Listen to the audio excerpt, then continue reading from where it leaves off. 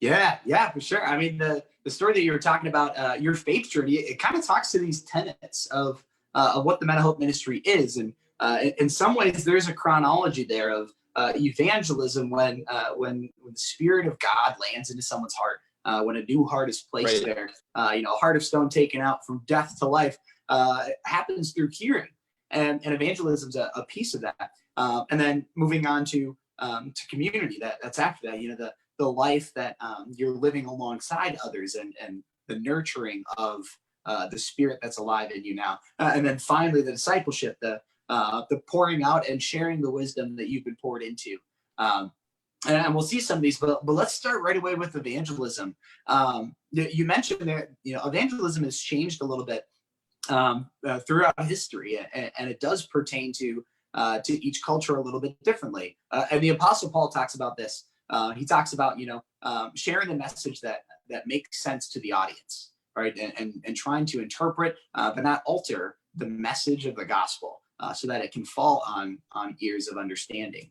And one of the passages that sticks out in my memory comes from 1 Corinthians chapter 9, where Paul says, to the Greek, I'm a Greek, and to the Jew, I'm a Jew. And he's talking about how he wants to adapt the culture, and use that as a proponent for showing the goodness of the good news.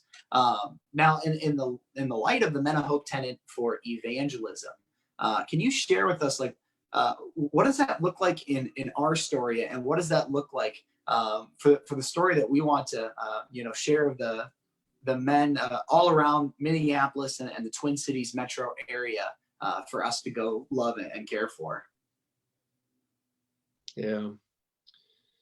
Yeah, I think there's something about evangelism that is two-sided. There's an invitation piece that I've already touched on, and then there's also there's a challenge piece, right? And I think something that you're touching on there about the Apostle Paul is that he could appreciate culture and engage culture, and see the value and the dignity of the common grace that God has provided to specific people at a specific place and a specific point in time. But he also challenged them. He also called them to live in alignment with God. And we have to be convincing that what God has to offer is better than the idols that we have, better than the sin patterns that we wrestle with. And then there's ways of doing that, right? So Core talks about, I always get the order wrong of this saying, but manner and matter.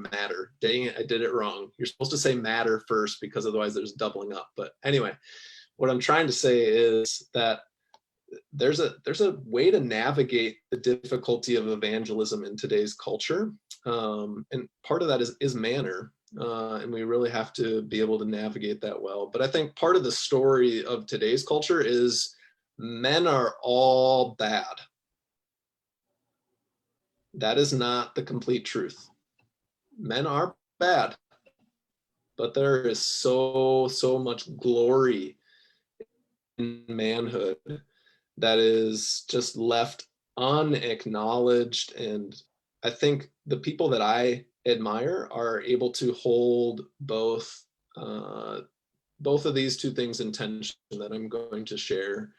We can be both suspicious of manhood and what is going on in culture as far as how culture defines manhood, but we can also trust that underneath that is something that needs to be cultivated, something that needs to be brought into relationship with God and refined.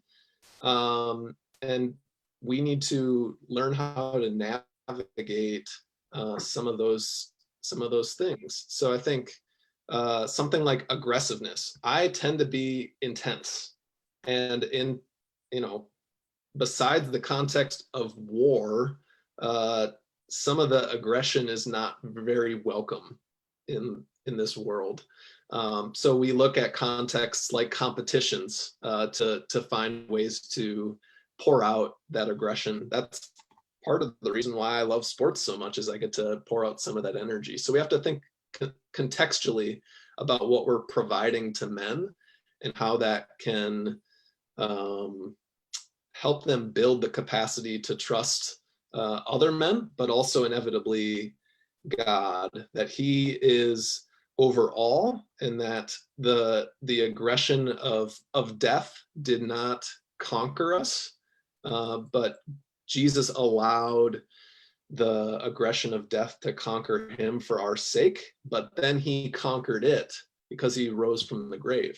So we have to float all these manly values on the gospel. We have to invite people into that process.